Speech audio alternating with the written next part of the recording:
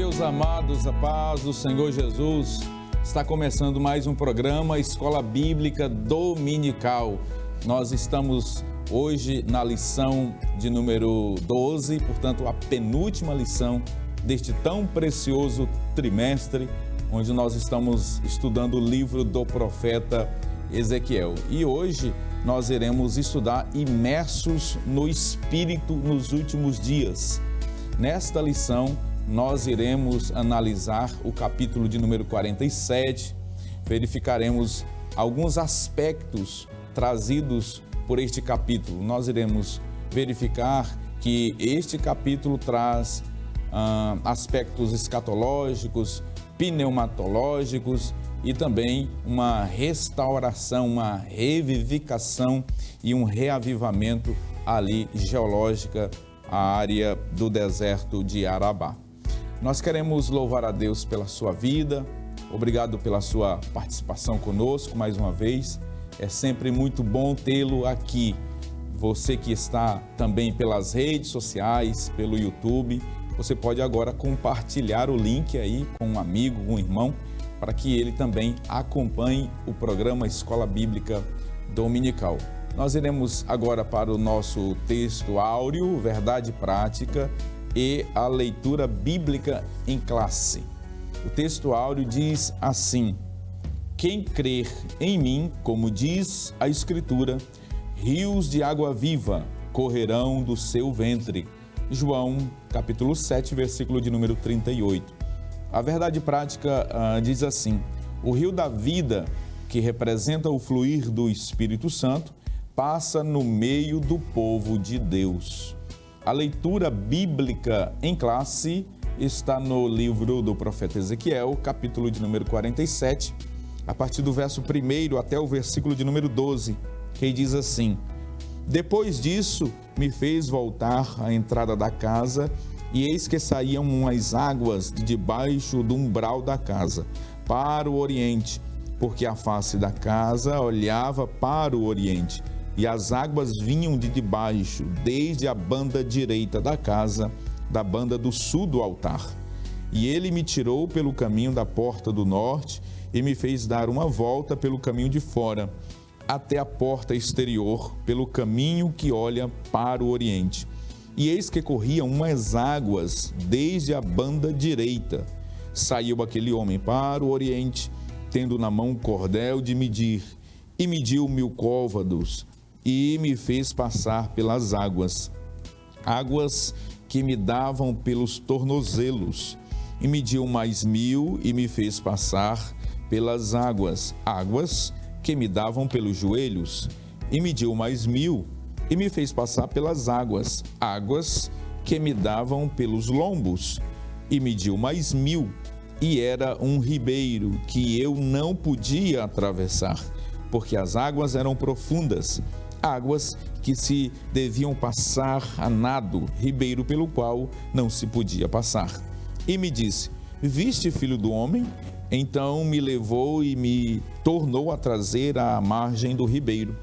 E tornando eu, eis que à margem do ribeiro havia uma grande abundância de árvores, de uma e de outra banda. Então me disse: estas águas saem para a região oriental e descem à campina e entram no mar, e sendo levadas ao mar, sararão as águas. E será que toda criatura vivente que vier por onde quer que entrarem esses dois ribeiros viverá, e haverá muitíssimo peixe, porque lá chegarão essas águas e sararão, e viverá tudo por onde quer que entrar esse ribeiro. Será também que os pescadores estarão junto dele, desde En-Gedi até En-Eglaim, para lugar para estender as redes. O seu peixe, segundo a sua espécie, será como o peixe do mar grande, em multidão excessiva. Mas os seus charcos e os seus lamaceiros não sararão, serão deixados para sal. E junto do ribeiro, à sua margem, de uma e de outra banda, subirá toda sorte de árvore que dá fruto para se comer. Não cairá a sua folha, nem perecerá o seu fruto. Nos seus meses produzirá novos frutos, porque as suas águas saem do santuário, e o seu fruto servirá de alimento e a sua folha de remédio. Maravilha! Vamos agora para os objetivos da nossa lição. Nós temos basicamente aqui 3 objetivos. Nós, no primeiro tópico, iremos expor o aspecto escatológico do capítulo 47 de Ezequiel. No segundo tópico, nós iremos apontar uma implicação pneumatológica da profecia. Veremos que há um reflexo, né, do Espírito Santo como aplicação através deste capítulo. E, por fim, nós iremos descrever o contexto geológico do Vale do Mar Morto. Nós teremos várias imagens que lhe levarão a uma viagem até o Golfo, né, ali Pérsico. Muito bem. Neste primeiro tópico, nós iremos analisar 3 subtópicos. No primeiro, nós iremos verificar a nascente do rio, no versículo 1. No segundo subtópico, nós iremos identificar quem é o guia celestial que nos é apontado nos versículos 2 e 3. E depois, no terceiro subtópico, veremos os novos frutos que são apresentados nesta visão no versículo de número 12. Maravilha! Muito bem, meus amados, nós iremos para esta lição tão preciosa aqui comigo para nos ajudar nos comentários o pastor Elias Gomes e também o evangelista Wallace França, eles que estarão aqui comentando, aprofundando aqui aquilo que nós iremos estudar na lição desta semana. O capítulo de número 47, ele vai nos apresentar 3 aspectos muito importantes, e é o que nós iremos estudar. O primeiro aspecto, ele é escatológico, apontando o capítulo 47 para eventos que ocorrerão no reino milenar, portanto, na 7ª dispensação. Depois nós iremos analisar o aspecto pneumatológico. A doutrina do Espírito Santo, ela está agora sublinhada aqui, posto que nós iremos fazer uma aplicação, a bem da verdade, do capítulo 47, da obra do Espírito Santo na vida do crente. Aqui nesse capítulo nós temos uma profunda simbologia de um derramar do Espírito Santo sobre a vida do crente, né, de uma vida constante do servo e da serva de Deus, vivendo sob a égide do Espírito Santo. E por fim, nós iremos verificar que essas águas vistas pelo profeta Ezequiel, estes rios produzirão vida, estes rios irão revivificar o deserto de Arabá, trazendo inclusive vida para o Mar Morto. Este é os aspectos, né? Estes são os aspectos deste capítulo de número 47. Uma visão panorâmica do que nós iremos estudar e aprender a partir de agora. Pastor Elias Gomes, a paz do Senhor Jesus. Meu amado, mais uma vez, um prazer estar aqui para juntos nós comentarmos esta lição. Vamos falar sobre este aspecto escatológico, pastor Elias, do capítulo 47, a começar por essa nascente do rio que o profeta Ezequiel viu nesta visão tão maravilhosa. Pai do Senhor, pastor Epaminondas, evangelista Wallace, todos os nossos irmãos que estão aí do outro lado nos assistindo e acompanhando este programa maravilhoso que muito tem contribuído no crescimento espiritual de inúmeras pessoas, inúmeras famílias. Pois bem, nós estamos hoje, como o pastor Epaminondas já falou, estudando a penúltima lição desse trimestre, e o assunto de hoje consiste propriamente nos textos que estão no penúltimo capítulo do livro do profeta Ezequiel, portanto, capítulo 47. Nós queremos fazer algumas observações aqui, que o que será tratado hoje não se trata de uma nova visão que o profeta Ezequiel teve, Lembrando que esta lição trata de aspectos aqui que constituem uma faceta da visão que foi apresentada ao profeta ainda lá no capítulo de número 40, ou a partir do capítulo 40, sabendo que do capítulo 40 até o capítulo 48, trata-se de apenas uma unidade literária desse contexto profético. Portanto, aqui nessa lição, nós veremos do versículo 1 até o versículo de número 12, que se divide basicamente em duas partes, sendo que nessa primeira parte, do versículo 1 até o versículo de número 6, nós veremos aqui essa manifestação de água, que vem em forma de fileto, e ela vai se avolumando com o transcorrer do tempo e o transcorrer ali, digamos que do espaço, e na segunda parte nós veremos os efeitos causados pela apresentação dessa água, pela manifestação dessa nascente e consequentemente desse ribeiro e desembocando no Rio Jordão e sucessivamente no Mar Morto. Nós vemos o aspecto escatológico que o pastor Epaminondas já falou aqui, que a nascente desse rio ou desse ribeiro, ela está no próprio templo. Ela está justamente, ela nasce nas ombreiras ali do templo, no local do qual se pode ter acesso ao interior do templo propriamente dito. Então, o profeta Ezequiel é levado por esse agente celestial, que será tratado logo aqui neste programa ainda.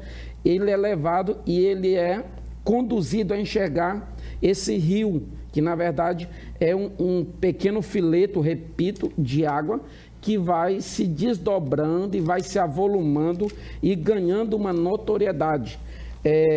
O aspecto escatológico, nós vemos aqui que tanto o profeta Joel quanto o profeta Zacarias apontam para esse templo, e que esse templo não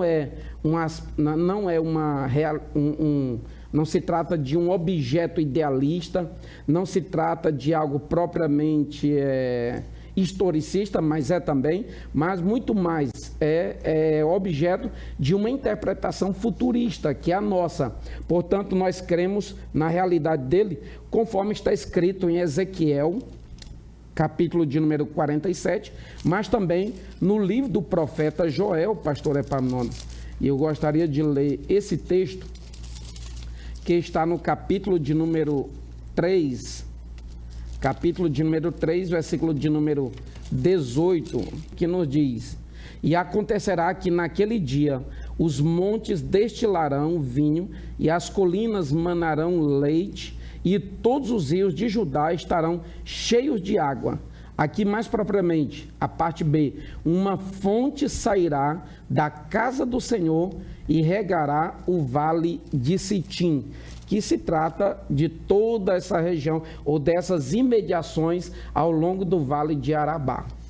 Muito bem. Agora, evangelista Wallach, nos parece que este guia celestial aqui é o mesmo da lição anterior, quando nós estudamos sobre a visão do templo e do milênio, em que o pastor Ezequias Soares identifica como sendo uma teofania, uma aparição, uma manifestação de Cristo no Antigo Testamento. E assim nós percebemos e caminhamos na mesma interpretação.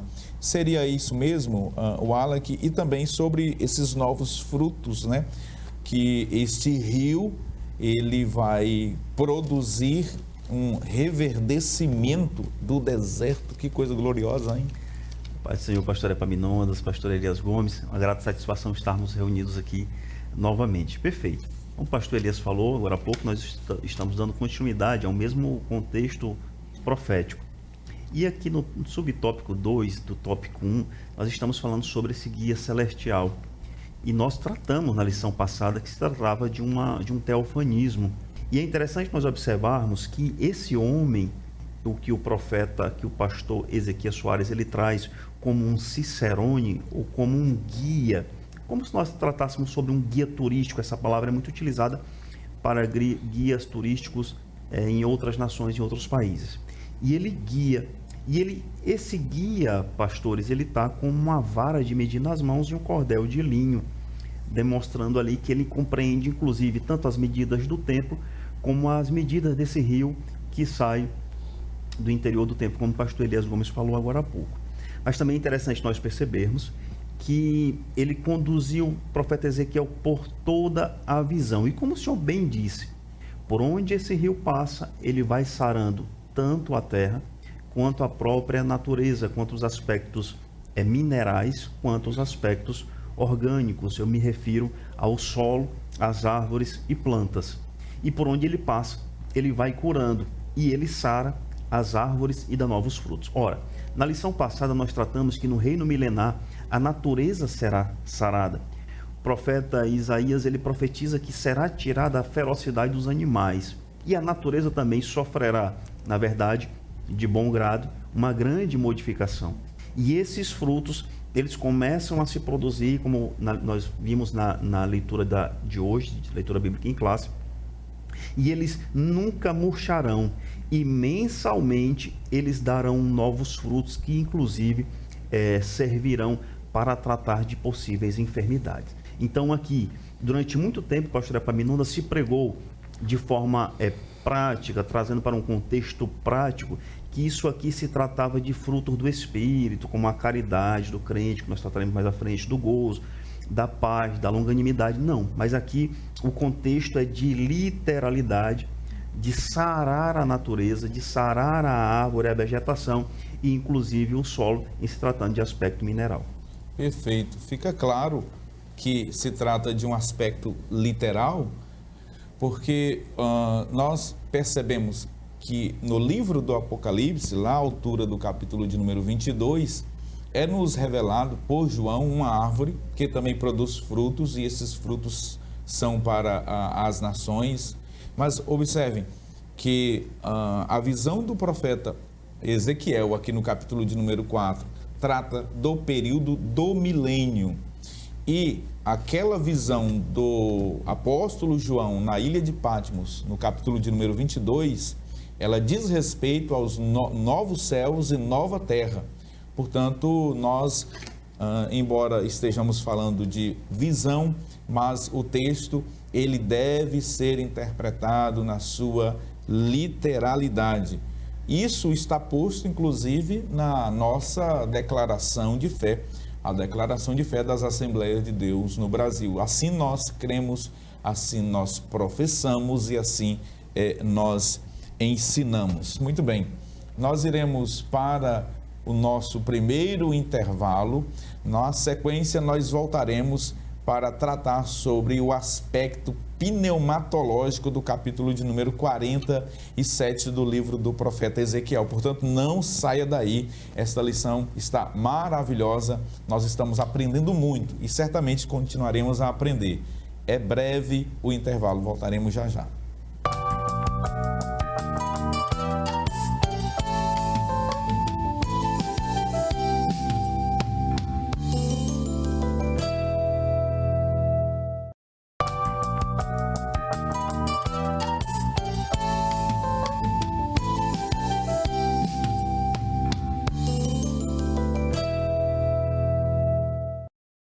Olá, queridos, nós já estamos de volta com o segundo bloco do programa Escola Bíblica Dominical. Nós estamos estudando hoje a lição 12ª, portanto, a penúltima lição deste trimestre tão glorioso, tão abençoado, que já nos deixa saudade. Mas nós já estamos preparando o nosso coração para o próximo trimestre, a partir de janeiro de 2023, já no primeiro domingo estaremos em uma nova lição, estudando um novo assunto, uma nova temática. Nós iremos estudar sobre avivamento. O tema da lição é Aviva a tua obra, um chamado das Escrituras ao quebrantamento e ao poder de Deus. Portanto, aqui já vai a nossa convocação, nosso chamado, para que a partir de janeiro você continue frequentando a escola dominical, e você que não é aluno da escola dominical, faça um compromisso com o Senhor de ir à escola bíblica dominical, nas palavras do pastor Antônio Gilberto, a maior e a melhor escola do mundo, posto que ela ensina preceitos de vida e preceitos eternos. E aí está diante de você a nova lição que nós iremos estudar a partir de janeiro.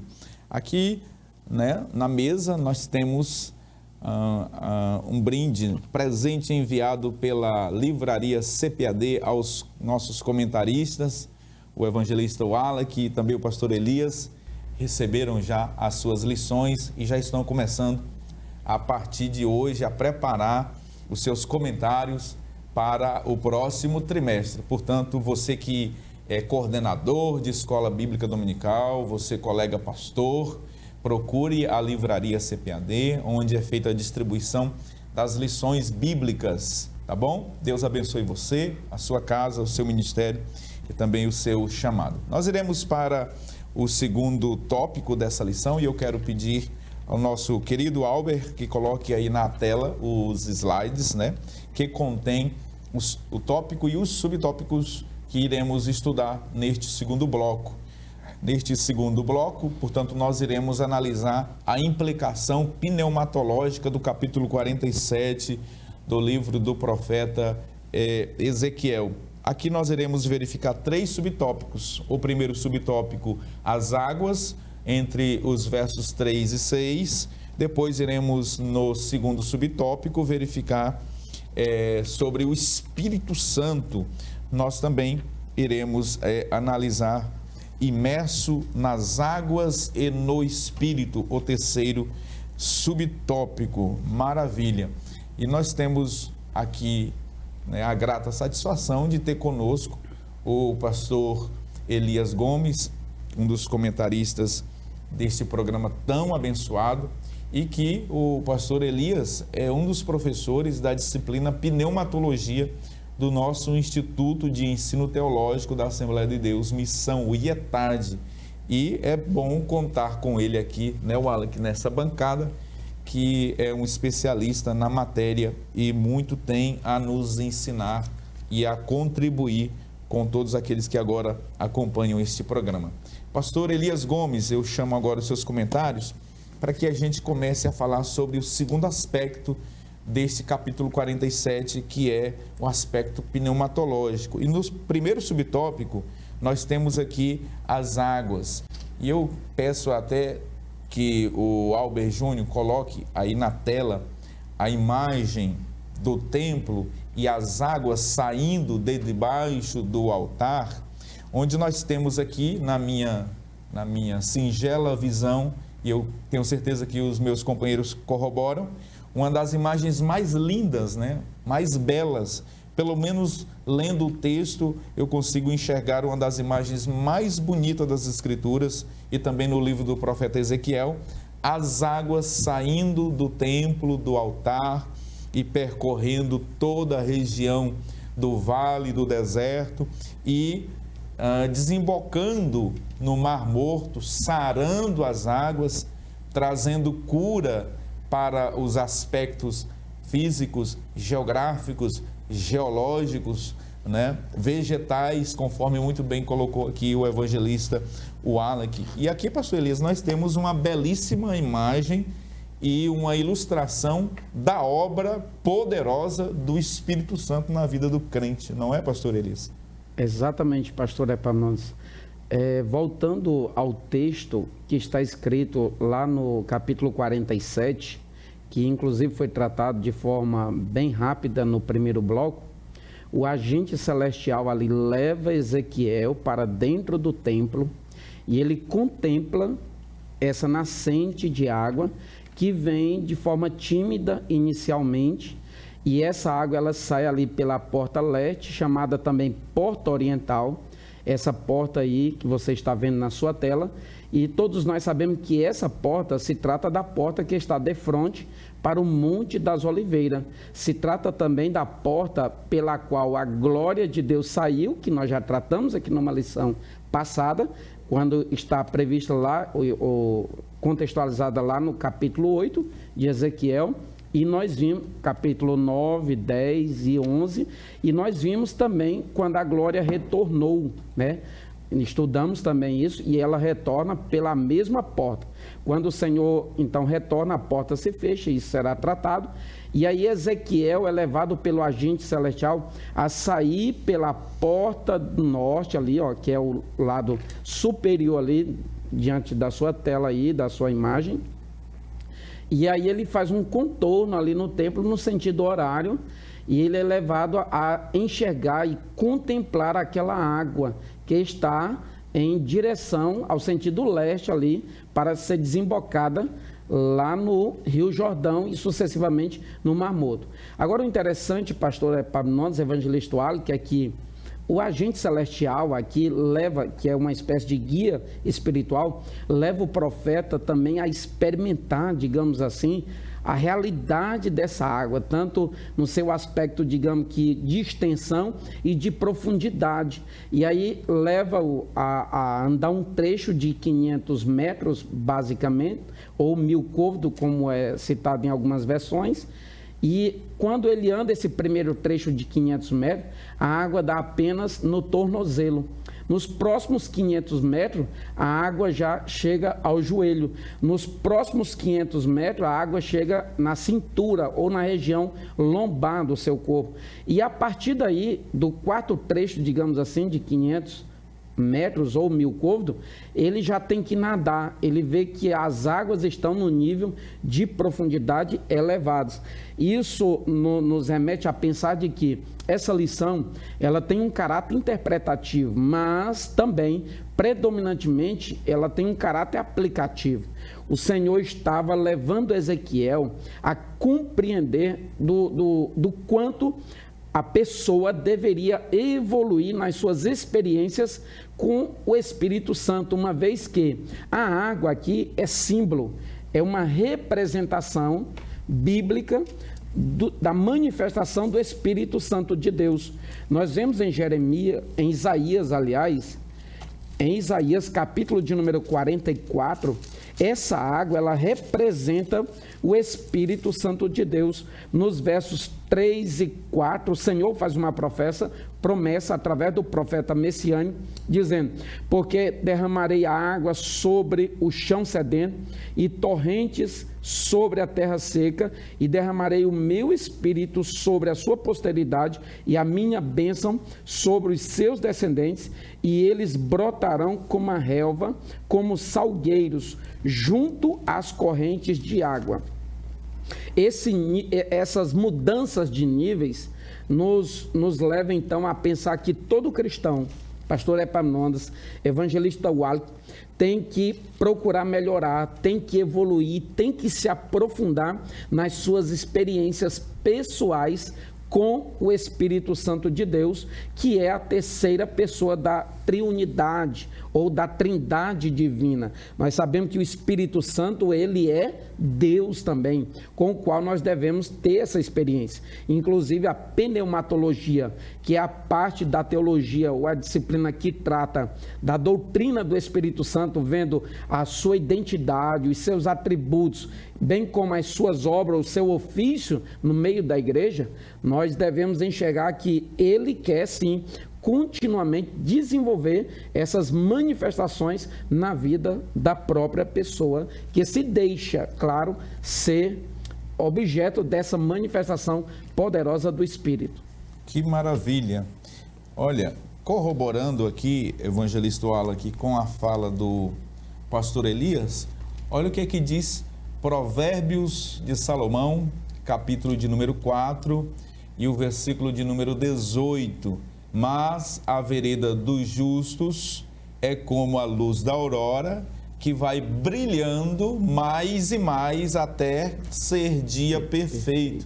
Veja que o crente, o servo de Deus, ele é como essa luz da aurora que é colocada aqui pelo sábio Salomão. Na medida que ele vai buscando a presença de Deus, na medida que ele vai se aproximando do Senhor Jeová, ele vai sendo aperfeiçoado, ele vai imergindo, ele vai mergulhando nas profundezas de Deus. E aqui nós podemos fazer uma aplicação imediata a você que está nos assistindo agora. Saia da superfície, saia daquilo que é trivial e mergulhe nas águas do Espírito. mergulhe nas profundezas de Deus, porque aquilo que é precioso, aquilo que é caro, aquilo que é joia, está nas profundezas e não na superfície. Portanto, aqui há um apelo do Santo Espírito de Deus para que a sua igreja, nesses últimos dias dela aqui na terra, possa mergulhar, se entregar ao Espírito do Senhor. Evangelista Wallach, meu amigo, nós temos aqui, no segundo subtópico, o Espírito Santo. Nós podemos perceber, quando a gente estuda a pneumatologia, conforme o pastor Elias já colocou aqui muito bem, que o Espírito Santo ele tem vários símbolos, né, na Escritura Sagrada: fogo, azeite, vento, né, o servo, a vestimenta como revestimento, enfim. E veja, a pomba. E um dos símbolos mais significativos, todos são, mas aquele que assim a gente consegue vislumbrar a essência da operação do Espírito Santo é a água, porque conforme o comentarista colocou muito bem aqui, a água ela é vital. Pastor Epaminondas, depois de fazer esses comentários, logo após a fala do nosso especialista em pneumatologia, a gente fica até constrangido, né, pela autoridade que ele tem de falar sobre essa corrente da teologia. Bem, hoje nós estamos tratando aqui agora, nesse momento, sobre o Espírito Santo, e o senhor trouxe uma coisa bastante interessante. Logo no início dos blocos, nós estamos tratando que a visão do profeta Ezequiel é uma visão literal, de realmente mergulhar nas águas daquele rio. Mas ali tem uma aplicação veementemente de imersão no Espírito Santo, e é o que o milênio espera, né? O que nós esperamos do milênio e que vai ocorrer, porque a palavra de Deus ela é infalível. Mas o Espírito Santo, apesar dele ter vários símbolos, e nós pentecostais temos uma tendência clara de compararmos o Espírito Santo ao fogo, mas também nós não podemos nos esquecer que ele também significa água, como o pastor Epaminondas trouxe bem aqui. Mas além de fogo, além de água, o Espírito Santo ele é simbolizado pelo azeite, pela coluna de nuvem e fogo. Ele é simbolizado pelo rio, por luz, por selo, por orvalho, por unção, vento, pela vinha. Então, todos esses são símbolos do Espírito Santo. Mas também, além de símbolos, o Espírito Santo ele traz algumas características. E nós temos o Espírito Santo como um grande advogado, nós temos o Espírito Santo como o consolador, nós temos o Espírito Santo como o dedo de Deus, o Espírito de Jesus, o Espírito da promessa. Então, todos esses são nomes, são contextos, são definições das ações do Espírito Santo.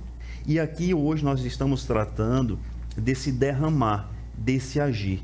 E não de forma despropositada, a nossa próxima lição do próximo trimestre, nós trataremos sobre um avivamento da obra, que só pode ser dada, pastores, através de uma obra regeneradora, de uma obra direta do Espírito Santo. Mas esse mesmo Espírito Santo, que ele está desde a época da fundação do mundo, da criação ou da recriação, assim como você quer interpretar Gênesis capítulo 1, verso 2, mas ele está lá pairando sobre as águas. O Espírito Santo ele permanece junto à igreja. O Espírito Santo estará de forma muito sublime, dispensado no milênio, numa verdadeira imersão, como é o significado dessa profecia do profeta Ezequiel, e ele estará junto de Jesus Cristo e junto ao Deus Pai na eternidade futura, numa época pós-milenar. Muito bem. Pastor Elias, para encerrarmos este bloco, vamos fechar aqui falando sobre imerso nas águas e no Espírito.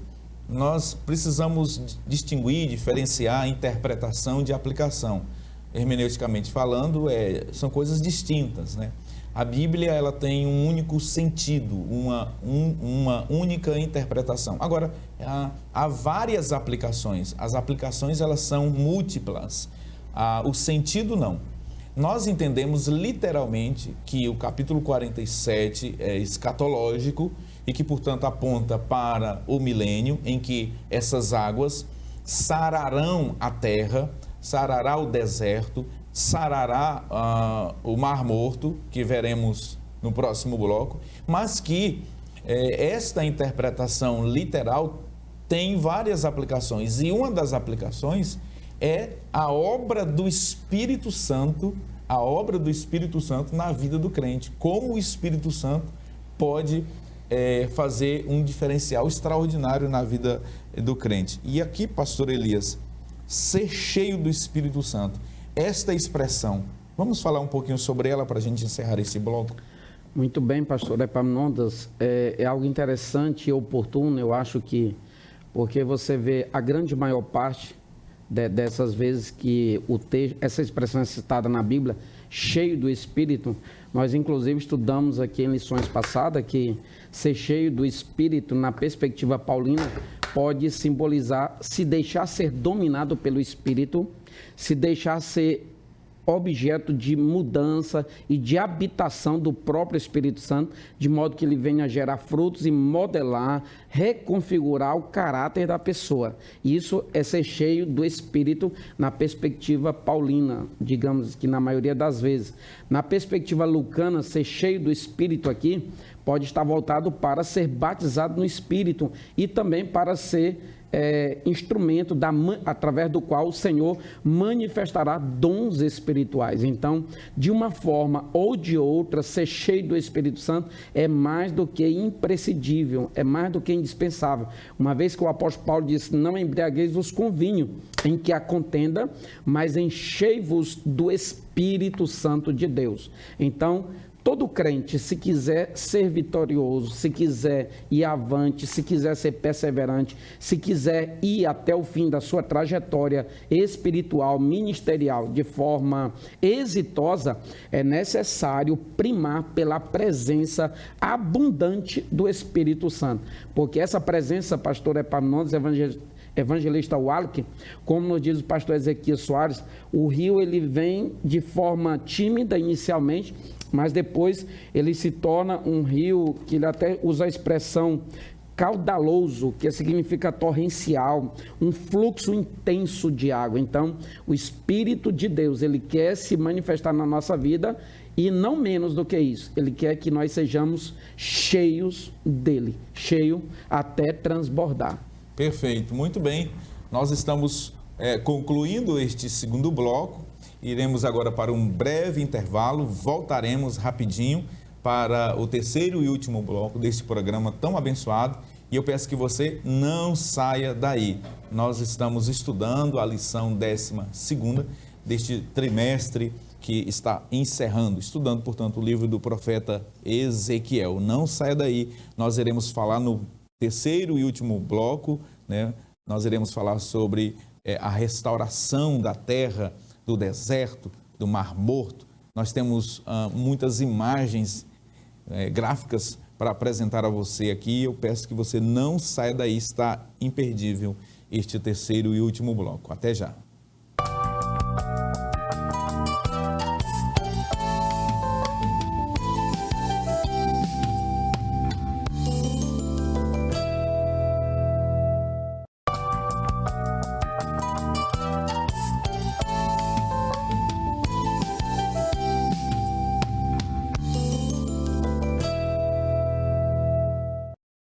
Estamos de volta com o programa Escola Bíblica Dominical para o terceiro e último bloco. Nós iremos estudar neste bloco sobre o deserto, né, de Arabá. Nós iremos verificar sobre o contexto geológico do Vale do Mar Morto. E, portanto, nós queremos agora chamar os slides que resumem este tópico, terceiro e último.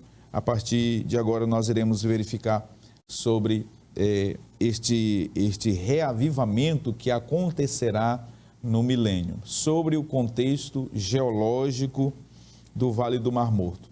Nós iremos analisar a abundância de árvores, que consta no versículo de número 7. Nós iremos verificar no segundo subtópico o Mar Morto, as suas características e, por fim, iremos analisar sobre a vida que haverá no Mar Morto e, por fim, sobre os charcos lamaceiros com sal, que não será restaurada, que consta lá no versículo de número 11. Nós iremos, em primeiro lugar, analisar a expressão árido, deserto, aqui, que aparece no contexto desse vale que é colocado aqui pelo pastor Ezequias Soares, e nós temos aqui um slide em que nós iremos analisar a etimologia da palavra Arabá. Muito bem, a palavra Arabá, ela, em que pese não constar no texto do Antigo Testamento a expressão árido que aparece no Novo Testamento, no Antigo Testamento a expressão ela significa ou aparece, né, no Antigo Testamento como planície ou também como vale ou deserto. A palavra Aravá, ela significa literalmente, né, um lugar que não produz, um lugar deserto, pedregoso e que, portanto, não gera e nem produz. E é interessante nós analisarmos o contexto do que é apresentado por esta expressão, Aravá, Arabá, a transliteração, porque aqui nós estamos diante, né, do Vale do Mar Morto também, que significa toda aquela extensão territorial que praticamente, né, que atravessa toda a terra de Israel.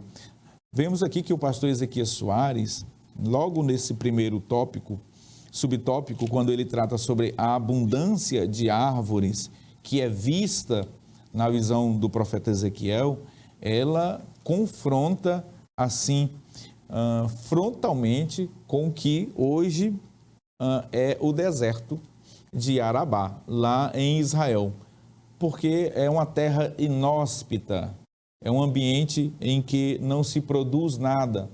Lá há apenas rochas, deserto, uma aridez profunda.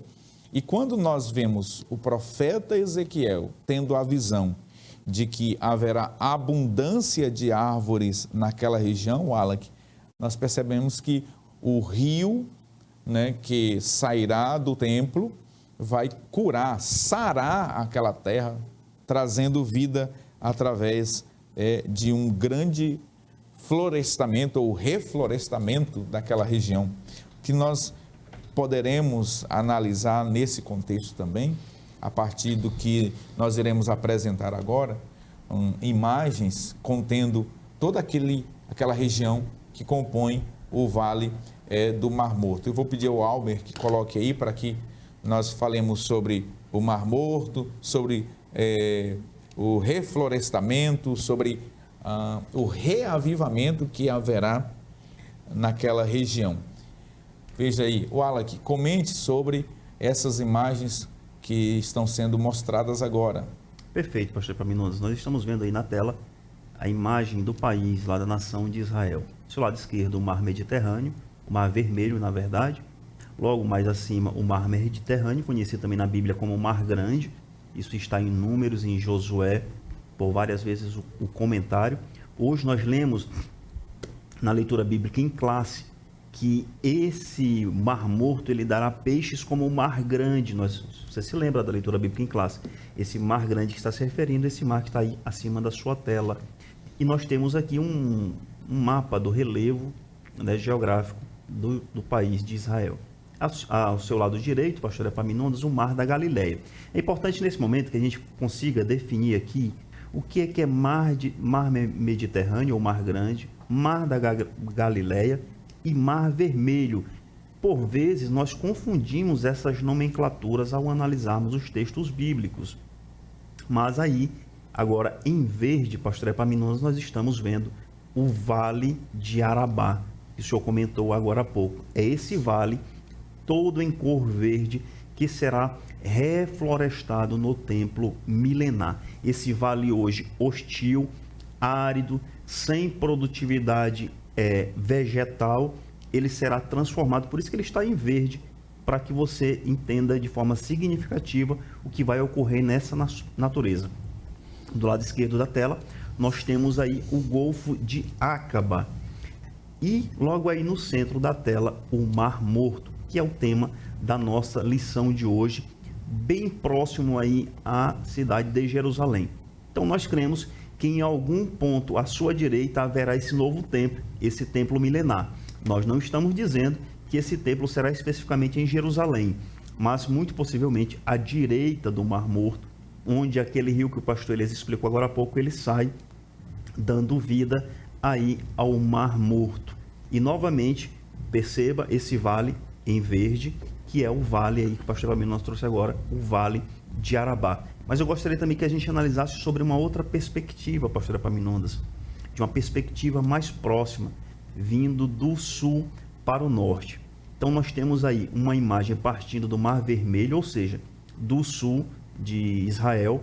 Nós estamos passando essa imagem aí bem próximo ao deserto do Sinai à direita e à esquerda, na verdade. E tanto na esquerda como na direita nós temos montes muito relevantes para a geografia de Israel. Um pouco ali à direita do Mar Morto nós temos o Monte Nebo, onde Moisés sobe para olhar a terra prometida.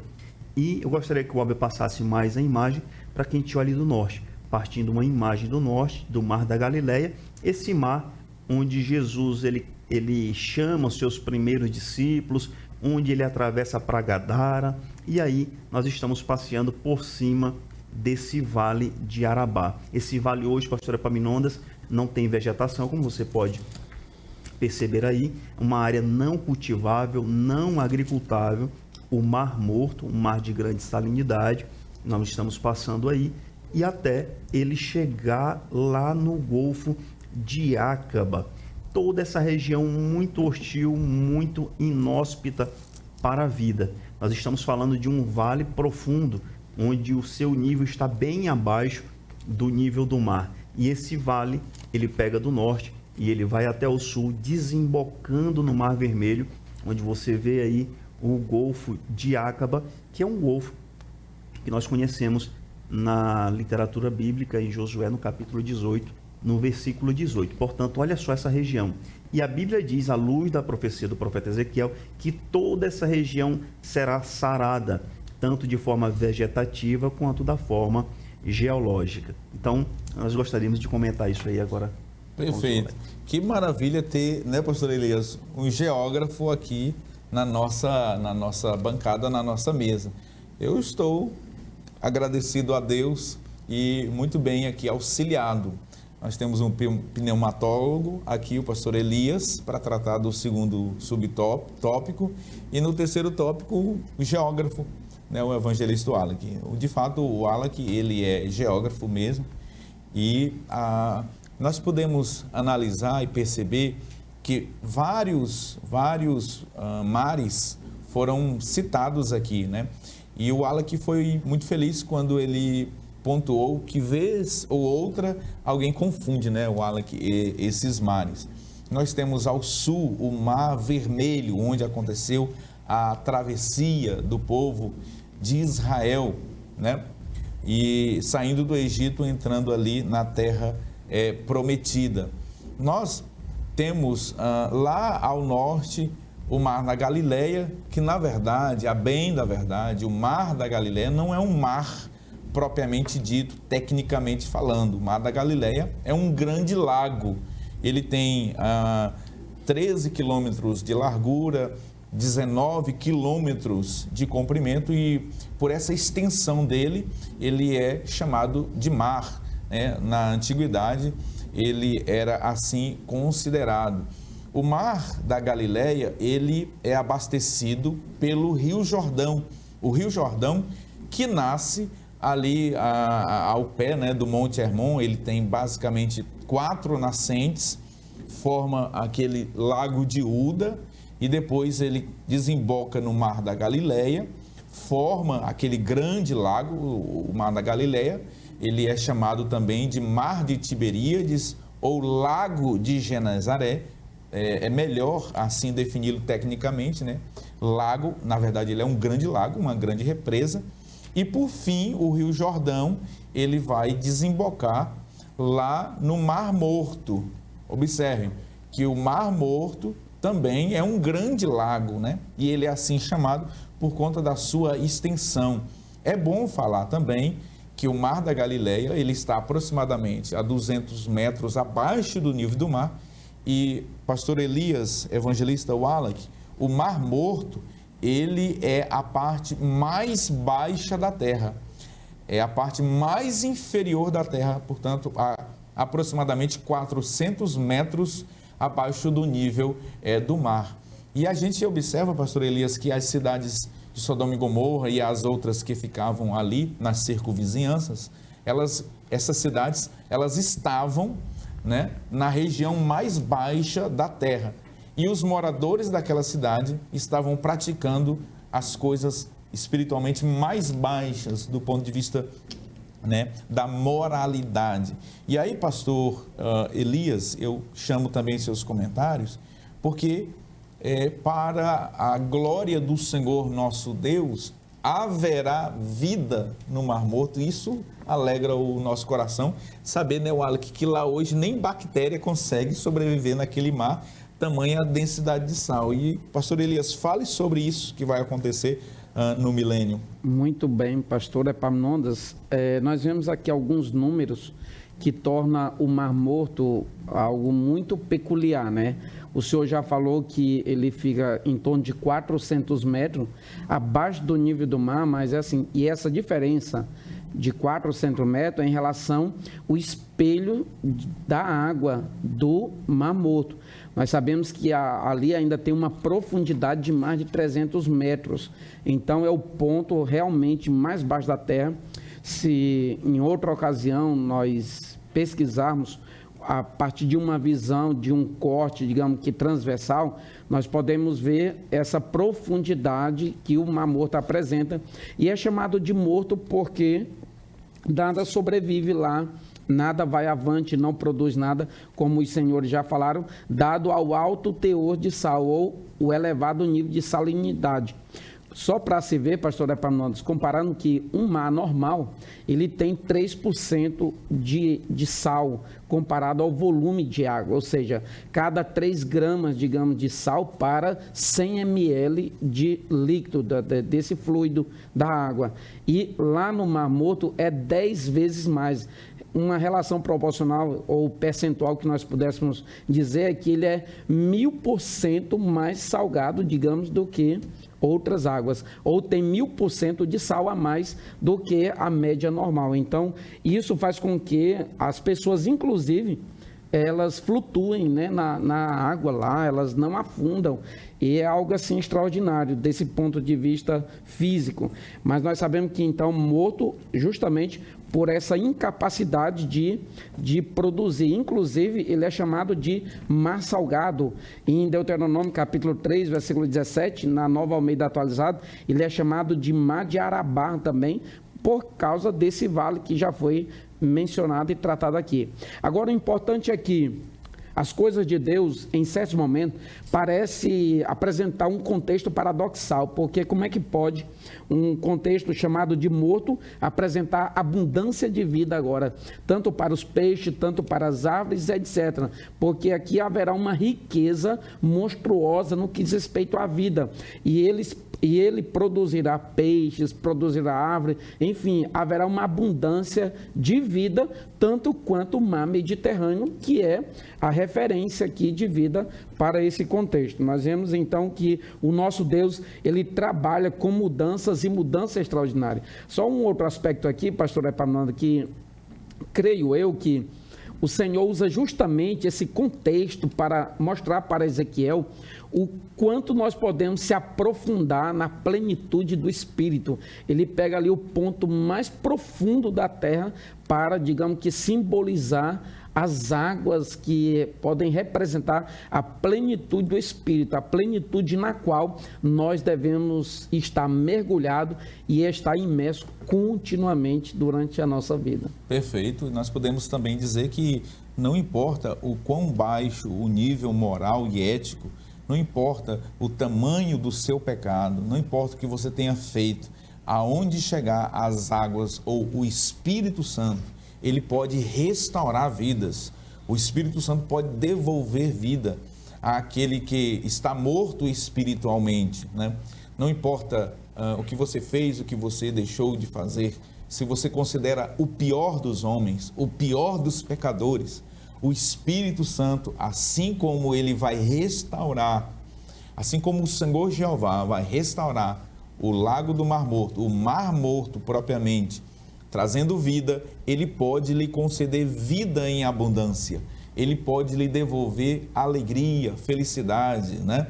O texto aqui, o Alan, que apresenta pescadores no Mar Morto. Que milagre extraordinário será o milênio, porque desde Moisés, essas águas, elas já são assim, né? Sem vida, porque lá em Gênesis capítulo 14, versículo de número 3, Moisés escreveu o Gênesis e nós percebemos que lá, nos tempos de Moisés, o Mar Morto já era assim, sem vida e, portanto, sem pescadores. Nós estamos falando aí de mais de 4.000 anos sem a presença de pescadores naquele mar. E olha só que coisa gloriosa. Nesse período, no período em que ele for restaurado, pelas águas do Espírito, pela água da vida, pelo próprio Senhor Jesus, pescadores pescando peixes em abundância. E aí, Alan, que eu gostaria que você comentasse, porque tem um tópico aqui, um subtópico, que o pastor Ezequias Soares considera controverso, é o fato de que os charcos e lamaceiros que não serão restaurados, né? Aqui também a gente pode fazer uma análise sobre essa parte do capítulo. Perfeito. Gostaria que o Albert trouxesse na tela, pastor, para a gente analisar novamente, visualmente, aí a situação desse Mar Morto. Novamente, você tem uma imagem na tela desse mapa que nós tratamos como um Mar Morto. Gostaria que soltasse a imagem. Nós estamos falando, como o pastor Elias falou agora há pouco, o senhor acabou de falar, nós estamos falando de uma área de 650 quilômetros quadrados. Eu não estou falando de quilômetros cúbicos, eu estou falando só de quilômetros quadrados. Nós temos aí um mar de 80 metros de comprimento por aproximadamente 80 quilômetros de comprimento, por aproximadamente 20 a 22 quilômetros de largura. E essa região que o pastor Ezequias Soares está tratando aí, que em alguma dessa região aí haverão charcos, ou seja, lugares de águas rasas que elas não serão saradas, mas a sua grande maioria ela será sarada.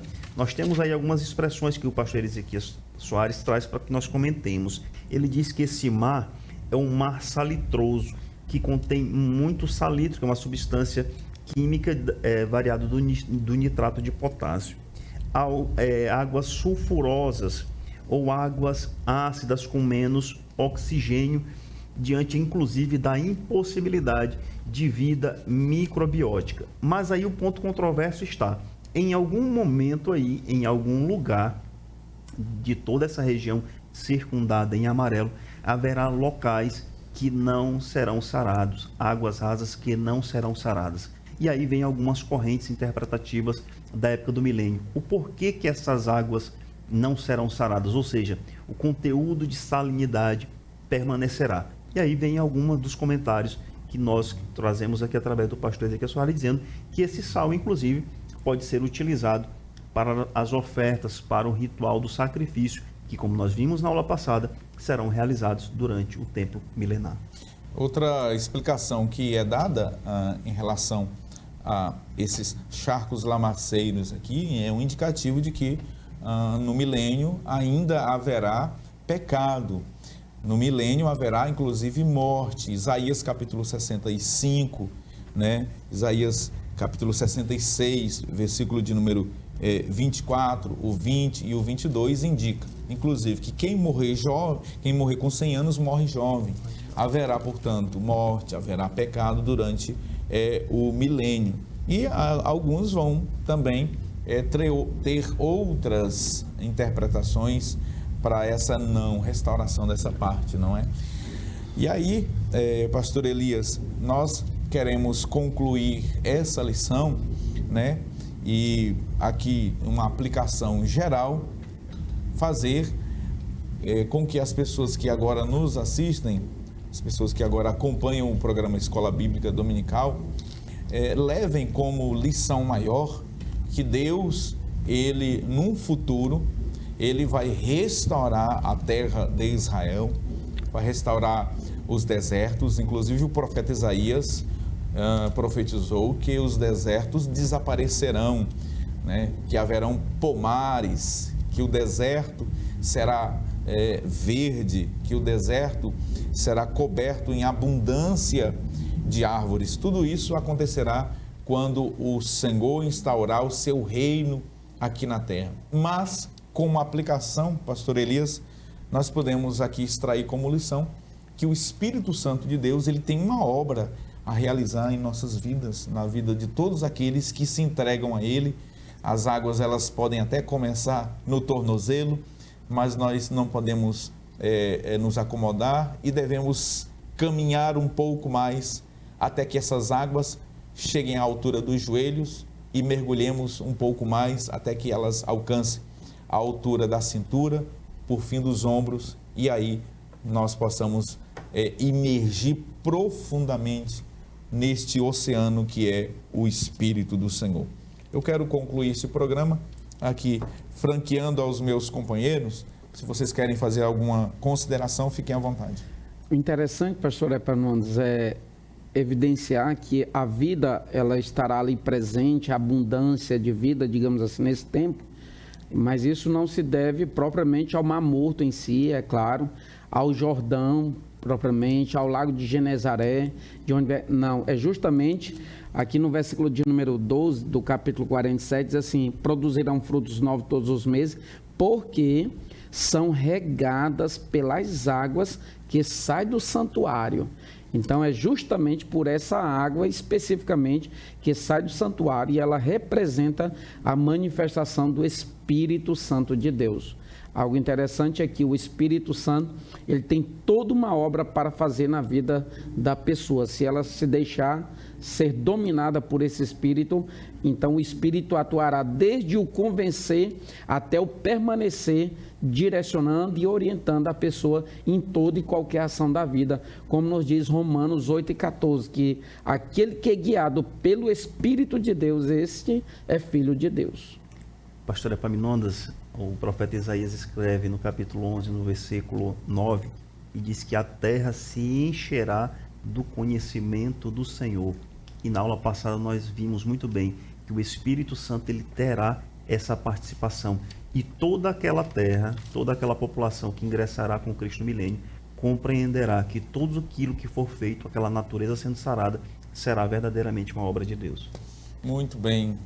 Nós queremos agradecer a Deus por mais este programa, louvar ao Senhor pela sua audiência, por você estar conosco até agora. Nós estamos concluindo este programa abençoado, louvando ao Senhor nosso Deus pela vida dos comentaristas, né, que trouxeram aqui um enriquecimento nos comentários que foram feitos aqui. Que Deus continue abençoando a sua vida, a sua casa, a sua família.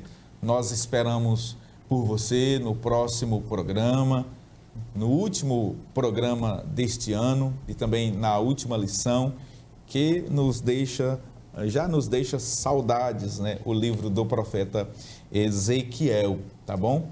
Nós queremos convidá-lo para acompanhar o nosso último programa deste ano de 2022, tá bom? Deus abençoe a sua vida.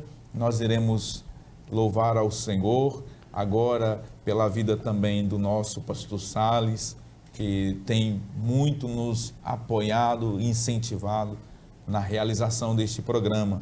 Louvar a Deus pela vida de todos os professores de escola bíblica dominical, os nossos amados coordenadores e coordenadoras, professoras e professores que têm contribuído para a expansão do reino de Deus aqui nesta cidade. Portanto, Deus abençoe você, a sua casa, a sua família. Eu vou pedir ao evangelista Wallach que nos despeça em oração. Vamos orar? Pai, em nome de Jesus, nós te agradecemos por mais esta rica programação. Nós te agradecemos pela vida desses telespectadores, professores, coordenadores de escola bíblica dominical em Marabá, amigos do Evangelho que nos assistem. Nós te agradecemos pela vida do nosso pastor presidente, pastor Salles Batista, a quem o Senhor confiou essa grande obra. Nós te pedimos, Senhor, que todos esses ensinamentos cheguem aos corações desses telespectadores, desses professores que no domingo estarão junto com seus alunos e suas alunas na Escola Bíblica Dominical em Marabá. Nós pedimos tudo isso e por fé nós já te agradecemos, em nome de Jesus. Amém.